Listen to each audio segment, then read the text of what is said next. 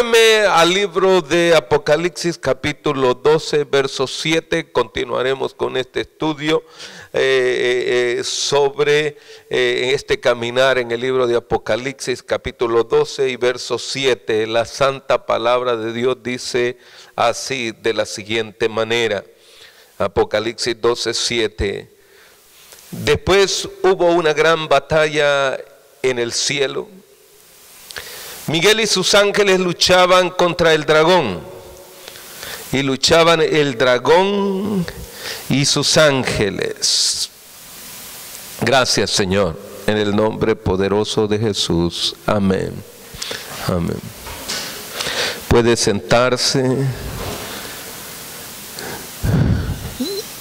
La primera cosa que en medio de todo esto sucede es hacerse una pregunta. ¿Cómo iniciamos? ¿Por qué iniciamos en esta parte? ¿Por qué iniciamos en este verso? La semana pasada me quedé en esta parte precisamente al hablar precisamente de esa batalla que se delibera, esa batalla que se lleva a cabo precisamente ahora en el cielo. Es una batalla realmente donde nosotros vamos a, donde se está observando la lucha entre Miguel y los ángeles, pero también el dragón, la serpiente antigua. Y cuando hablamos de la serpiente antigua, uno muchas veces lo dice así, con tanta facilidad, sin darse cuenta a qué nos estamos refiriendo. Porque hay veces la persona usa ese vocablo, pero no tiene ni la menor idea de qué es lo que está diciendo.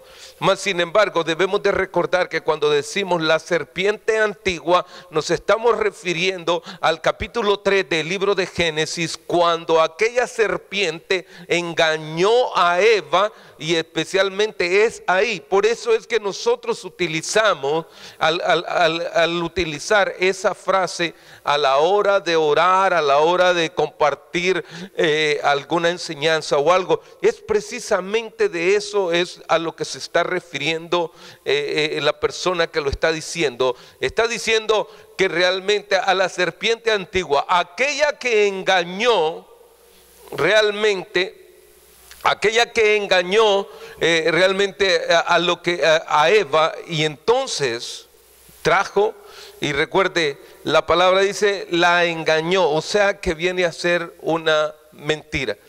Ahora, sin embargo, hemos pasado varias cosas interesantes en este capítulo, aunque solamente sean 6 versos apenas de los que hemos estudiado, pero también se avecina una corriente de información mucho más, también más amplia, de la cual nosotros vamos a tomar nota. Y quiero decirle que realmente es importante poder irnos dando cuenta de que realmente cómo nosotros pasamos por alto varios pasajes bíblicos. Recordemos que el dragón o la serpiente antigua es expulsada del cielo. Ahora es expulsada del cielo, y hay algo interesante en medio de todo ello. Al regresar nuevamente y al hablar del padre de mentiras o la serpiente antigua, en el Evangelio según Mateo capítulo 24 y en el verso 22 dice de la siguiente manera. Dice, y en aquellos días, dice, y si aquellos días no fuesen acortados, nadie será salvo. Dice, mas por causa de los escogidos, aquellos días serán acortados. O sea, Dios tiene un trato especial con sus hijos. Ahora, pero sigue diciendo, entonces, si alguno os dijere, ya empiezan las supuestas suposiciones, y en muchos casos mentiras. Y dice, entonces si alguno dijera, mirad aquí está el Cristo, o mirad allí está, no lo creáis, porque se levantarán, dice, falsos cristos y falsos profetas, Y harán grandes señales y prodigios, de tal manera que engañarán, si fuere posible, aún a quienes, a los escogidos. Entonces quiere decir que el diablo mismo utiliza a otros para a nosotros sacarnos de la verdad y apartarnos. Pero nosotros decimos, sí, estamos bien, pero ojo, el apóstol Pablo a nosotros nos exhorta diciendo: cuidad con temor y temblor esta salvación que por gracia ha sido dada. En otras palabras, es tan fácil que nosotros nos podamos desviar. Es tan fácil que nosotros caigamos en un desánimo espiritual que nos haga perder la salvación. Hay quienes que todavía siguen debatiendo de que si la salvación se pierde o no se pierde, y por eso caen en el pecado y hacen el pecado como quieren. No. El Señor Jesús está abierto, tiene sus brazos abiertos para recibir a todo aquel que se arrepiente de su pecado y lo busca a Él. Mientras nosotros lo buscamos a Él, la salvación no la pierdes. Pero si tú te apartas de Él y te juntas con el pecado, lo voy a decir así, entonces sí, la salvación la pierdes. La salvación no está perdida, el perdido es el pecador. Por tanto, el pecador es el que debe de arrepentirse. Por eso el profeta en el Antiguo Testamento nos indica y nos dice así: volveos a la senda antigua, volvémonos al camino del Señor, hermano. Y es ahí donde nosotros empezamos a reconocer que el Señor cumplirá su palabra. Mire, en el mismo capítulo 24 y en el mismo verso 34 dice: de cierto os digo que no pasará esta generación hasta que todo esto acontezca. Dice usted, alguien dirá por ahí en su pensamiento: pero si falta mucho, ¿cuántas generaciones no han pasado? De igual manera, ¿qué importa ahora? Tenga cuidado, porque el siguiente verso contrarresta ese pensamiento negativo. Porque el verso 35 dice: el cielo y la tierra pasarán, pero mi palabra no pasará. En otras palabras, lo que el Señor ha dejado escrito acá, ¿qué va a pasar? Se cumplirá, aunque a nosotros no nos guste. Las modas van y las modas vienen, pero la palabra del Señor permanece. Porque a veces yo veo cómo las modas van saliendo. A veces los jóvenes dicen: esto es nuevo. Sí, es nuevo para ti, mijo. La época de andar calvo no inició ahora. La época de andar calvo nació allá con los griegos, allá en aquella época con los egipcios. Los egipcios andaban todos rapados. O sea que no es una nueva moda, ¿sí? Ahora, y así puedo seguir mencionando a través de la historia cuántas modas han pasado y cuántas han quedado ahí al olvido. Pero el Señor, aunque el enemigo ha querido quitarlo, la palabra del Señor ha permanecido por siglos. Esto me trae memoria así rápidamente de la época de Inglaterra. William Tyndale, uno de los grandes hombres de la historia en Inglaterra. Este hombre que fue sacrificado, que fue quemado, el que tradujo, el que formó la Biblia en inglés, el que tuvo el honor de decir en su corazón: esta Biblia, esta palabra, yo la hago para que toda mi gente la lea y viva el Rey, pero que el Rey también reconozca que sobre todas las cosas el Señor es más grande que el Rey. Ahora, es un hombre que dio su vida, pero digo, qué lindo es ver que hay hombres que marcaron la historia de esa manera para que otros fuéramos también beneficiados. Seguimos adelante. Ahora sí vamos a entrar de lleno al tema de esta noche, que es la continuación misma donde estamos llevando a cabo, donde estamos viendo la mujer y el dragón. En el verso 8, donde iniciamos, dice: pero no prevalecieron, ni se halló lugar para ellos en el cielo. ¿De quiénes está hablando? Precisamente está hablando del dragón, está hablando de la serpiente antigua. Y él y todos sus ángeles Ahora precisamente hay algo interesante que nosotros vamos a ver. Recuerde que hasta este momento y en la actualidad, el diablo, la serpiente antigua o el dragón, tiene acceso de poder llegar al trono de Dios y acusar a los escogidos. Por eso es que nosotros leemos en Job capítulo 1 verso 6 y dice: y un día vinieron a presentarse delante de Jehová los hijos de Dios. Si usted va ahí conmigo en Job capítulo 1 y verso 6 dice: delante de Dios, entre los cuales también vino ¿quién? Satanás. Verso 7 dice: y dijo Jehová a Satanás: ¿de dónde vienes?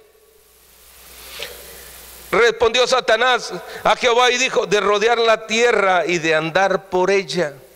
El trabajo que él hace es ponerlos a nosotros en descrédito delante del Padre.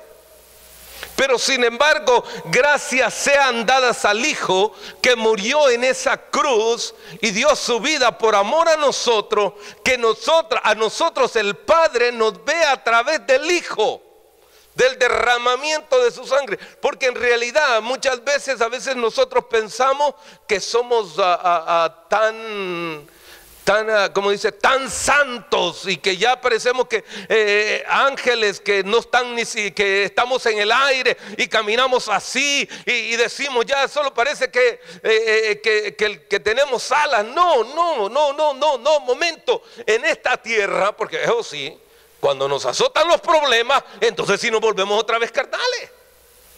Pero llega un momento en que se considera que se está volando y aparece hasta querubín, ¿no? ¿Sí? Con unas alas adorando y con las otras sosteniéndose en el aire. Pero escuche lo terrible de esto. Es que el profeta dice: y vuestras obras, vuestras mejores obras son como trapos de inmundicia.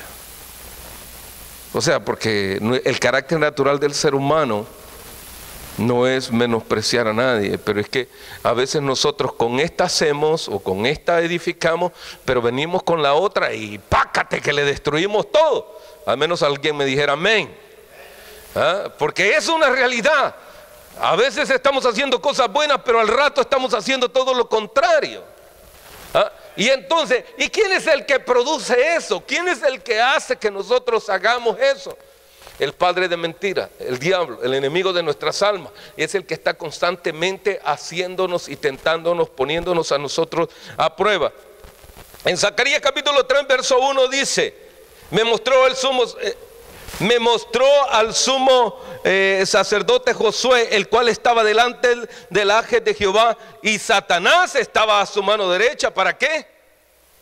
¿Para qué estaba allí? Para acusarlo. De esa manera también. ¿Sabe usted que a veces en lo que es el área de psicología, a veces el diablo llega a veces a la persona y le está diciendo: mátate, mátate, mátate, tírate, tírate, lánzate, lánzate? Es el enemigo. Me recuerdo de aquella persona que se acercó tantas veces conmigo y me dice: pero es que hay una vocecita que oigo allí que me dice: no vayas a la iglesia, no vayas a la iglesia, no te levantes. Y dice, y de tal manera dice que espiritualmente dice: siento algo que me ata a la silla, me ata al sillón y no me deja. Esos son espíritus de demonios que están allí. Pero dice: es que yo no creo en eso, pastor, porque para mí es fácil levantarme, para mí es fácil arrancarme cuando yo quiero. Cuando quieres, pero cuando quieres también el otro te ata de otra forma. Porque cada uno delibera una lucha diferente. Por eso que el que se considere fuerte, cuídese de no caer. Amén. Ahora, pero hay tres cosas interesantes en medio también de este mismo verso que nosotros podemos darnos cuenta. Dice: fue lanzado, fue arrojado y fueron arrojados en términos en plural. En otras palabras, nos está enseñando que fue tomado, ¿sí? Pero no fue tomado como para decirle: mire, salte por favor. Porque aquí no le está diciendo: vete. Porque a veces con mucha, con mucho respeto se le dice: ¿se puede ir, por favor? ¿Se puede apartar? A este no. La segunda frase que es utilizada aquí dice: y fue arrojado. A ver, cuando usted le dicen, por favor, le dice: ¿puede llevarse esta basura? ¿Usted la toma qué? Con mucho cuidado, ¿no? Y cuando llega al basurero, ¿cómo hace? ¿La va a bajar con el mismo cuidado que la tomó? Usted viene y ¿qué? Y la lanza. Ahora, de la misma forma fue lanzado él de allá. Y no solamente él, porque luego viene en plural, sino también todos aquellos que le acompañaban en todo esto. Pero al ser lanzado, debemos de recordar capítulo 20 de Apocalipsis, y en el verso 1 al 3 nos enseña también que dice que, esto lo voy a tocar así brevemente, porque más adelante vamos a hablar de ello. Además de esto, estará en el abismo por 1000 años. Y uno dice: bueno, ¿por qué lo dicen así? Solamente por decirlo. Porque hay algunos que a veces lo dicen sin saber ni siquiera dónde está. Y mi deseo es que nosotros también crezcamos. Vaya conmigo al capítulo 20 de Apocalipsis, y en el verso 1 al verso 3. Mire cómo dice en el verso 1: y vi un ángel que descendía del cielo con la llave ¿de qué? Del abismo. Ahora se recuerdan que en el capítulo anterior nos dimos cuenta que el abismo se abre ¿en qué? En la tierra misma. Boom.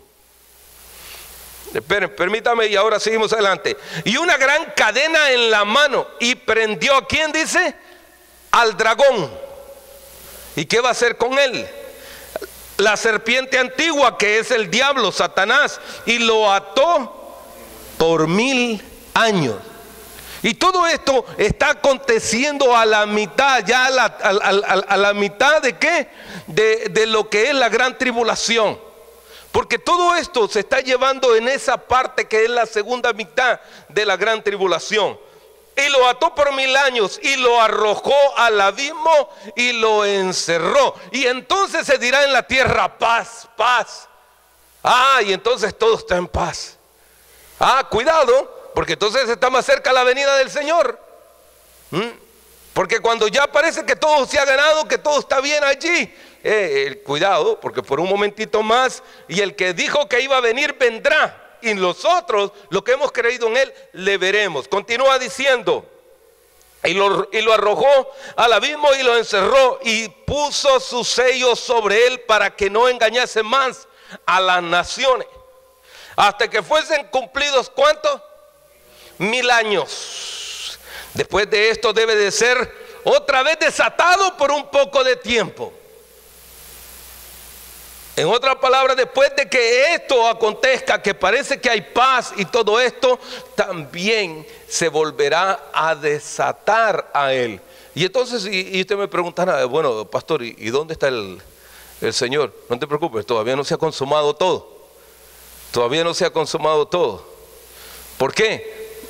Porque precisamente lo que hemos estado leyendo ahora, cuando él fue desatado, cuando a él se le prohíbe, cuando a él se lanza del trono de Dios, cuando a él se le aparta del trono de Dios, aquí observe unas palabras proféticas dadas por el Señor en el libro de Lucas, en el libro de Lucas capítulo 10 y verso 18.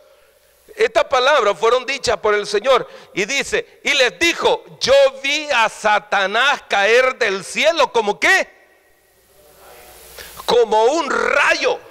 Ahora yo le pregunto: ¿cómo ve usted cuando un rayo cae?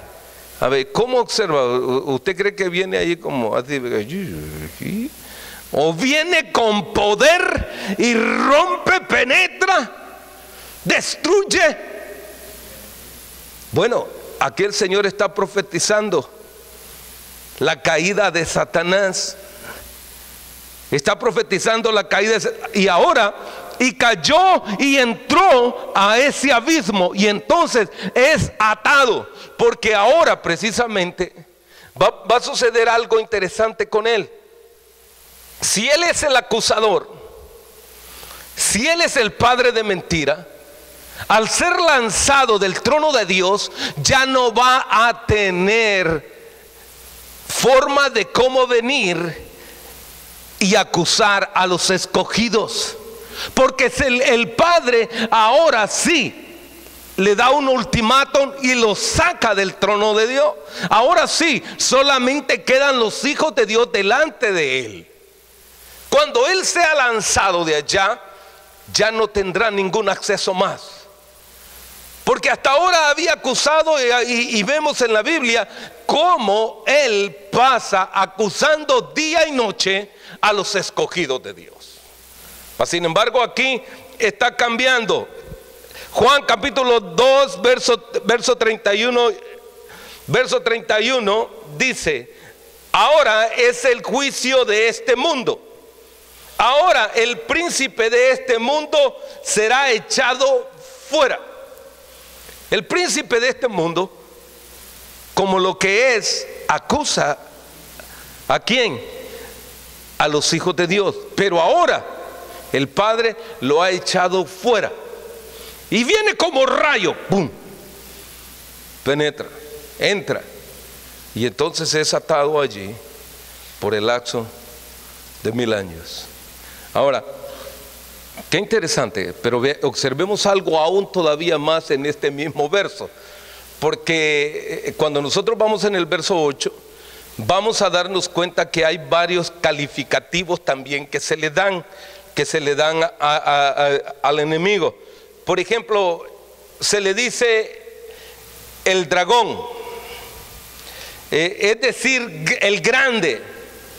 Pero también se le viene y se le conoce como la serpiente antigua, aquella que había engañado.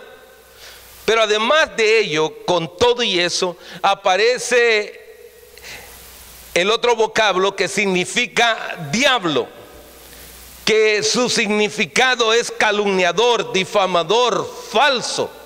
Entonces él, como todo eso lo hace, calumnia, levanta falsos, difama a los hijos de Dios delante del trono del Padre.